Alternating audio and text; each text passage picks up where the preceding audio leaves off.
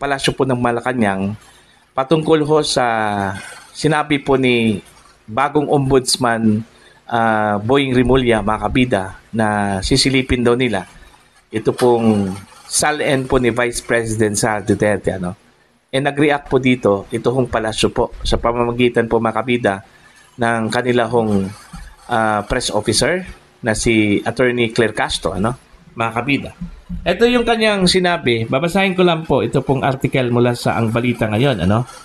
Pag-iimbestiga sa SALN ni VP Sara ng Ombudsman para sa buong bansa. Okay? Sabi po ng palasyo po, mga kabida.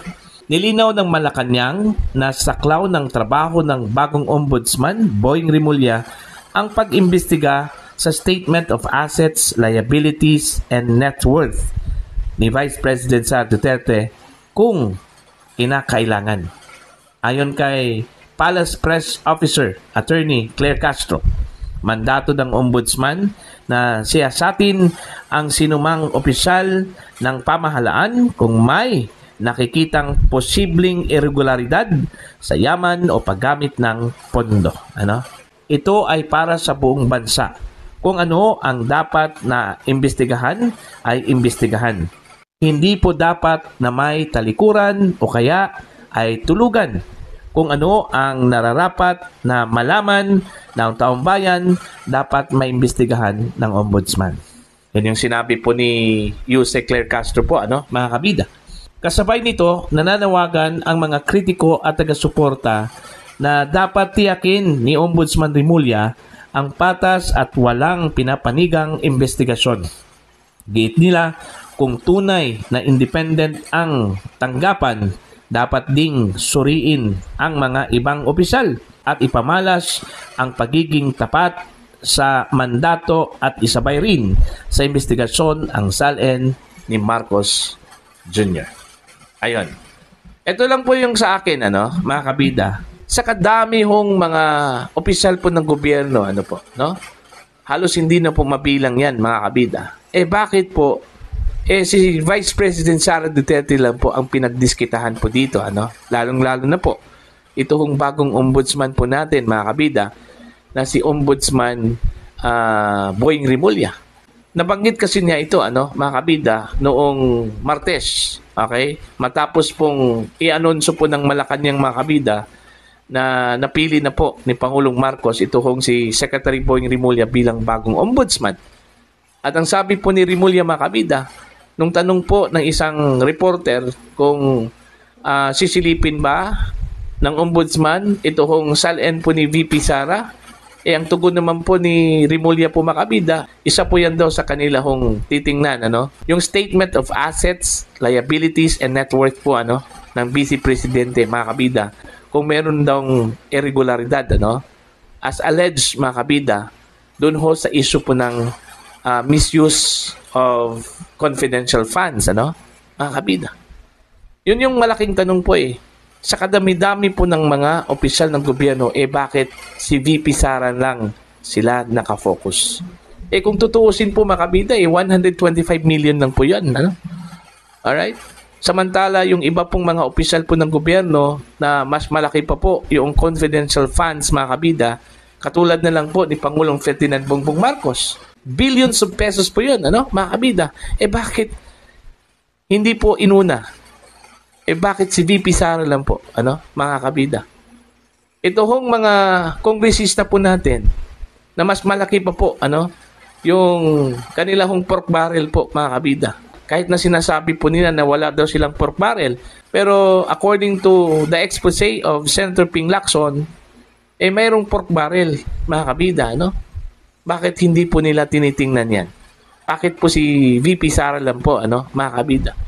Kaya nga nabuo po itong pagdududa po, na ito hong pagpupumilit po, mga kabida, ng Administrasyong Marcos na italaga ito hong si Boying Rimulya bilang ombudsman kahit na po may mga questions, mga kabida, doon ho sa kanyang aplikasyon. Siguro dahil ho dito sa mission, to get Vice President Sara Duterte, mga kabida, by hook or by crook. Yun kasi yung lumalabas po ngayon, na ang target daw sa pagpasok po ni Boying Rimulya sa ombudsman, ito hong si Vice President Sara Duterte. Kaya nga, hindi pa nga umupo bilang ombudsman, ito hong si Rimulya, meron na pong pasaring, mga kabida. Diba? Na titingnan nila ito hong SALN ni VP Sara. Kaya doon po nabuo yung haka-haka po, Actually, hindi na po haka-haka yan. Okay? Parang totoo na po yan ata, mga kabida. Kasi wala ho sa logic eh. Okay? Wala ho sa logic, mga kabida.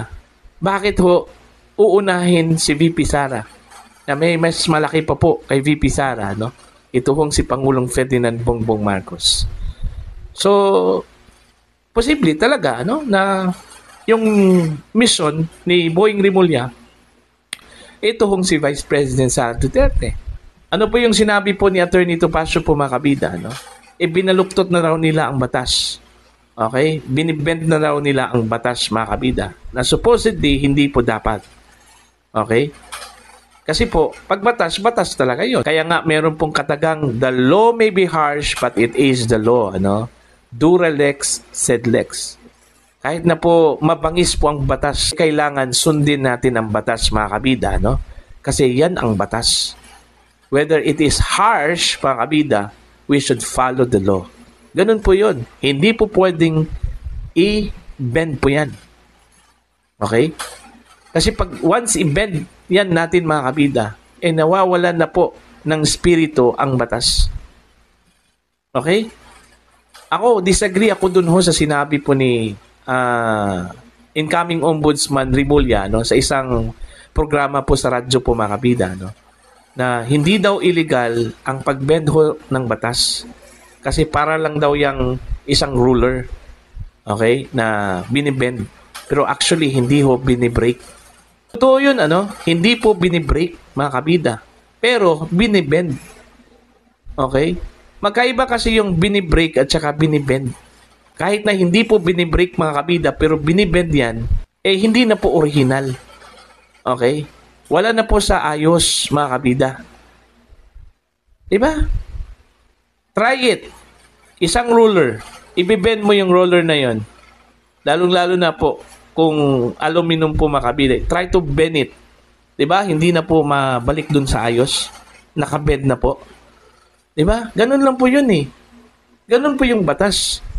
Dapat, ang batas, sa pagpapatupad po, mga kabida, dapat, after na in-implement po ito, ganun pa rin yun. Walang pagbabago, mga kabida. Kaso po, sa panunaw po ni Boying Rimulya, mga kabida, na hindi daw ito illegal, okay lang daw yan. Kasi binibend lang daw yan. At hindi po binibreak po, mga kabida. Mali po yun. I totally disagree with that, mga kabida. Okay? Kaya nga siguro ngayon, kahit na po malinaw po, mga kabida, na ito yung sinasabi po ng batas, kaya po nilang baluktutin, mga kabida. Just to give way to a comfort para ho sa isang opisyal po ng gobyerno. Kagaya po ni Rimulya, mga kabida. Binigyan kasi nila ng comfort ito kong si Rimulya. O katulad na lang po doon ho sa clearance po, mga kabida, na inisyu po ng ombudsman. Kung tutuusin po, questionably po yun.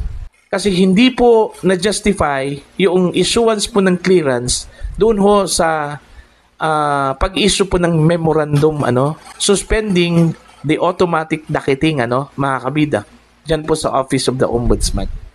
Kasi unang-una po, questionably na po yung memorandum na yon. Bakit po tiniming po, mga kabida, ang pag-issue po ng memorandum kung saan po